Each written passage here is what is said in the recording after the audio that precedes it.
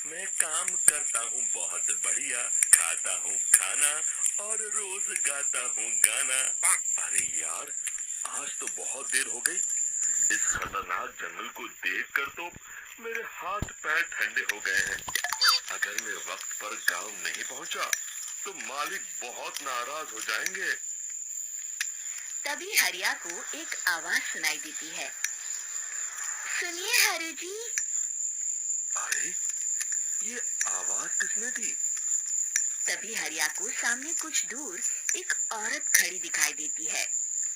अरे भाई, ये औरत अकेली इतनी रात को इस जंगल में क्या कर रही है? चलकर पूछना पड़ेगा। फिर हरिया अपनी बैलगाड़ी उस औरत के सामने लाकर रोक देता है और उससे पूछता है। अरे सुनिए, आप इतनी रात को इस खतरनाक जंगल में अकेली क्या कर रही हैं? तभी वो औरत मीठी आवाज में कहती है, अरे हरु जी, आप आ गए। मैं कब से आपका इंतजार कर रही थी। वैसे तो यहाँ से काफी लोग गुजर चुके हैं, लेकिन मैं खास आपका इंतजार कर रही थी। अच्छा, तुम सच कह रही हो? मुझे तो यकीन नहीं हो रहा है। वो क्या है ना, आज तक किसी ने मुझसे इतने प्यार से बात नहीं की। हाँ हाँ हरु जी, मैं सच कह रही हूँ। अब देर मत करिए और जल्दी से मुझे मेरे घर तक छोड़ दीजिए। हाँ हाँ, कौन सी बड़ी बात है, अभी छोड़ देता हूँ। आप मेरे पीछे बैलगाड़ी में बैठ जाइए और मुझे रास्ता बताते चलिए। फिर वो औरत हरिया की बैलगाड़ी में बैठ जाती है और हरिया बैलगाड़ी हाँकता हुआ आगे चल पड़ता है। फिर उस औरत के बताए हुए रास्ते पर चलते चलते हरिया बैलगाड़ी लेकर एक काली गुफा के आगे आकर रुक जाता है। हरिया उस औरत से पूछता है, हाँ देवी जी, आपका घर कहाँ है? यहाँ तो एक गुफा के अलावा और कुछ नहीं है। तभी अचानक वो औरत हवा में उड़ने लगती है। देखते ही देखते उसका सुंदर रूप एक डरावनी चुड़ैल में बदल जाता है और वो जोर जोर से हंसती है। अरे तू तो एकदम बेवकूफ निकला। तू तो भैया आसानी से मेरी बातों में आ गया। अरे मर गया रे, ये तो एक चुड़ैल है। हे भगवान बचा ले, ये तो बड़ी डरावनी दिखाई दे रही है। और फिर अगले ही पल हरिया की बैलगाड़ी में रखा सारा सामान हवा में उड़ता हुआ उस काली गुफा के अंदर चला जाता है और वो चुड़ैल भी उस गुफा के अंदर जाकर कहीं गायब हो जाती है।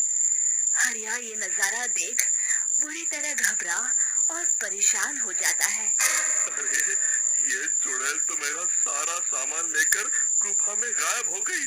अब क्या होगा? अगर मैं गांव खाली हाथ गया तो मालिक मेरी अच्छी खबर लेंगे। मेरी इस बात का कोई यकीन भी नहीं करेगा।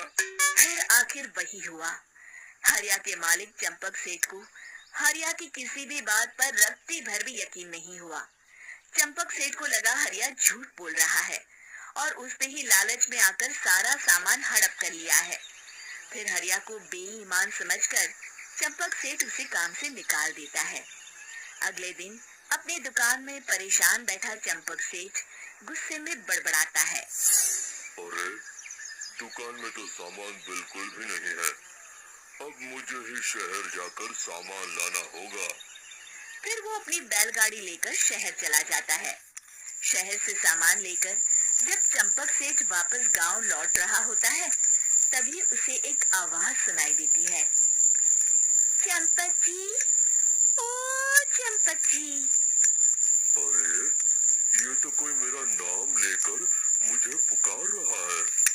फिर उस रास्ते में वही औरत खड़ी दिखाई देती है।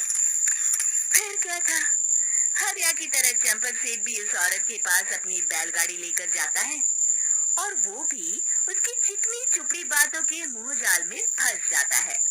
फिर चुड़ैल उसे भी अपनी गुफा तक ले जाती है और उसका सारा सामान लेकर गुफा में गायब हो जाती है। बेचारा चंपक सेठ लाचार होकर खाली हाथ गांव लौट आता है। फिर ये उस जंगल में रोज की बात हो जाती है। जो कोई भी शहर से कुछ लेकर गांव की तरफ लौटता, वो चुड़ैल उसे बेवकूफ बनाकर उसका सारा सामान लेकर गुफा में गायब हो जाती। एक दिन हरिया एक लकड़हारे को उसी जंगल की तरफ जाते हुए देखता है। फिर हरिया उसे रोकते हुए कहता है, अरे भाई, क्यों अपनी मौत को दावत दे रहे हो? मेरी बात मानो, आगे जंगल में मत जाओ। वहाँ एक बड़ी भयानक चुड़ैल रहती है। लकड़हारा हरिया की बातों को नजरअंदाज करते हुए कहता है, अरे भाई, मुझे पहले ही बहुत देर हो चुकी है, मुझे जाने दो भाई। शाम तक लकड़ियां काट कर शहर के बाजार में बेचना है। तुम अपनी ये कहानी किसी फुर्सत में बैठे इंसान को सुना।